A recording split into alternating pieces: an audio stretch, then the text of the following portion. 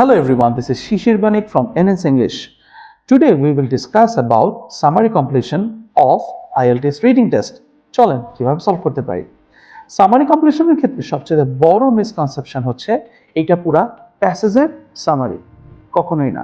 বরং এটা সাধারণত যে প্যাসেজটা থাকে বা যে টেক্সটটা থাকে সেই টেক্সটের প্রথম দুইটা তিনটা বা মাঝখানে দুইটা তিনটা বা লাস্টের দিকে দুইটা তিনটা প্যারাগ্রাফের সামারি অংশ, এর বেশি কিছু না। সো ফার্স্টটাও আমাদের যে কাজটা করতে হবে যে আমার যে কোশ্চেনটা দেওয়া আছে, যে সামারি হিসাবে যে প্যারাগ্রাফ আকারে যে কোশ্চেনটা দেওয়া আছে, সেই কোশ্চেনটা আমার গিভেন টেক্সটের বা গিভেন প্যাসেজের কোন প্যারাগ্রাফের সাথে ম্যাচ করে বা কোন প্যাসেজের স্টার্টিং এর সাথে কোন প্যারাগ্রাফের স্টার্টিং এর সাথে কি করে ম্যাচ করে। যেমন আমরা এখানে দেখতে পাচ্ছি যে Young's book argues that we should be more tolerant of microbes. Many have a beneficial effect and only a relatively small number lead to dash.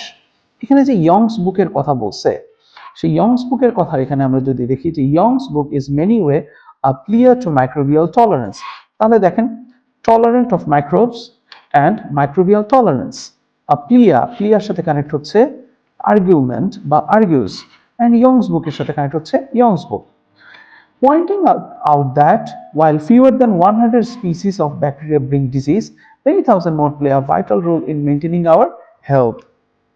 এবার এখানে দেখার চেষ্টা করি, many have a beneficial effect, only a relatively small number lead to something. কিসের দিকে? এখানে আমরা একটু আগে দেখেছিলাম যে fewer than 100 species of bacteria bring disease, তাহলে আমরা বলতে পারি এখানে যেটা বসবে সেটা হচ্ছে ডিজিজ রিলেটেড কিছু হবে। আমরা যদি এখানে অপশনসগুলো দেখে আসি তাহলে আমরা এখানে দেখতে পাচ্ছি যে ডিজিজের ক্ষেত্রে এখানে কোন অপশনটা কারেক্ট হয়। ডিজিজের সাথে ইলনেস অপশনটা কারেক্ট হয়, তাই আমরা এখানে বলতে পারি যে এখানে কারেক্ট অপশন হবে হচ্ছে হলো G. Next, and although it is misleading to think of microbes as friendly, we should also stop thinking them as enemy, as friendly. দুইটা ওয়ার্ড আছে, আমরা একটু আবার পড়তে থাকি। যেমন বলছে, yet at the same time we were sold yogurts drinks that supposedly nurture friendly bacteria. In reality, says Young, bacteria should not be viewed as either friends or foes. এখানে ফ্রেন্ডস অ্যান্ড ফোজ এর যে ব্যাপারটা আছে সেটাতেই কিন্তু আমাদের relatable. ফ্রেন্ডের সাথে ফ্রেন্ড যাচ্ছে, আর FOE ফো এটা হচ্ছে এনিমি বোঝাচ্ছে, অথবা villains or heroes. Instead we should realise we have a symbiotic relationship that can be mutually beneficial or mutually destructive. এখন যদি আমরা আরেকটু পড়ি, in fact we should accept that our relationship with microbe is one based on dash.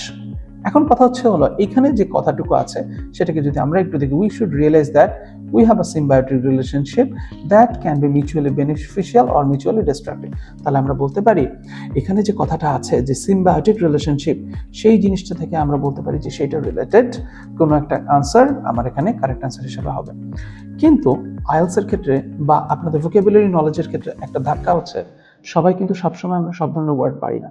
যেমন symbiotic রিলেশনশিপের মধ্যে symbiotic কথাটা কিন্তু আমরা না বুঝতে পারি। এই ক্ষেত্রে আইএলটিএস প্যাসেজগুলোতে একটা ক্লু দেওয়া থাকে, যেই জিনিসটা একটু আনকমন ওয়ার্ড ইউজ করে থাকে সেইটার আবার একটা করেসপন্ডিং ব্যাখ্যা দেওয়া থাকে।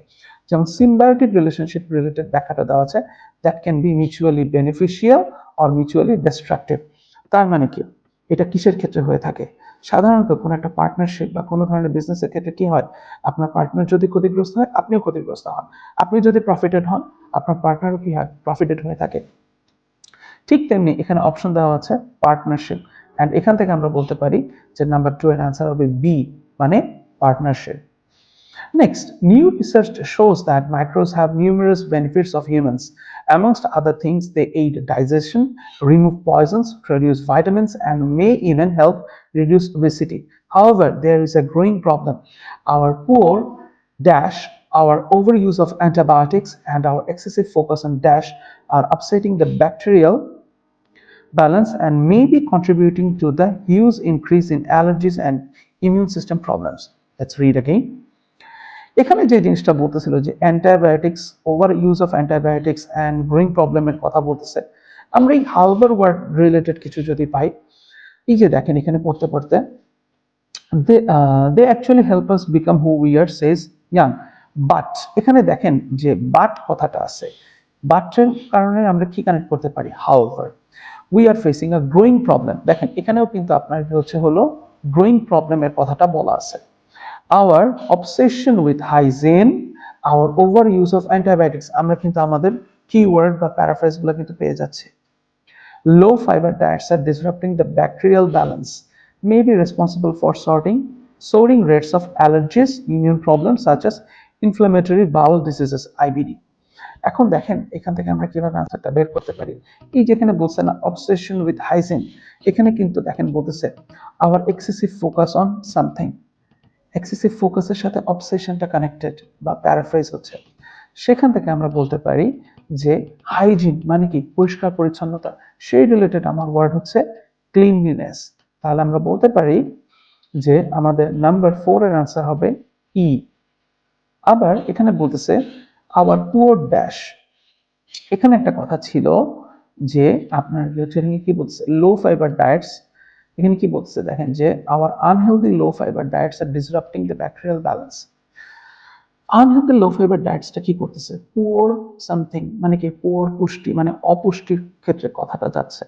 সো এখান থেকে আমরা বলতে পারি যে পুয়ার নিউট্রিশন যে ওয়ার্ডটা আছে, এখানে একটা আমরা ওয়ার্ড দেখতে পাচ্ছি এই যে, সেই নিউট্রিশন রিলেটেড ওয়ার্ডটা আমার এখানে কারেক্ট অ্যান্সার হিসেবে আসবে। মাই ডিয়ার স্টুডেন্টস, এখানে একটা কথা আছে, সেটা হচ্ছে সামটাইমস আমাদের সামারি কমপ্লিশন যে কোশ্চেনটা আছে, এখানে যেমন উইথ ক্লু আছে, অনেকগুলো উইদাউট ক্লু থাকে। সেই ক্ষেত্রে শুধুমাত্র আপনাদের প্যাসেজ পড়ে কারেক্ট অ্যান্সারটা বসালেই হচ্ছে।